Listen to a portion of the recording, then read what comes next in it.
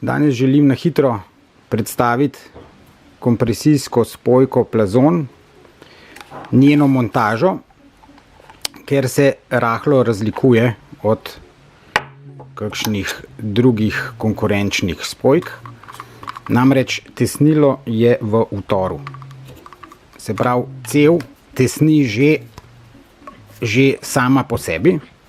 To potem izgleda takole, da matico odvijemo do zadnjega navoja, ustavimo cev do zadnje točke, zategnemo matico, to ponovimo še na drugi strani, do končne točke, zategnemo matico, to je to. Matica ne potrebuje, da se dotika samega telesa, in z zategovanjem matice ne povečujemo tesnosti spoja.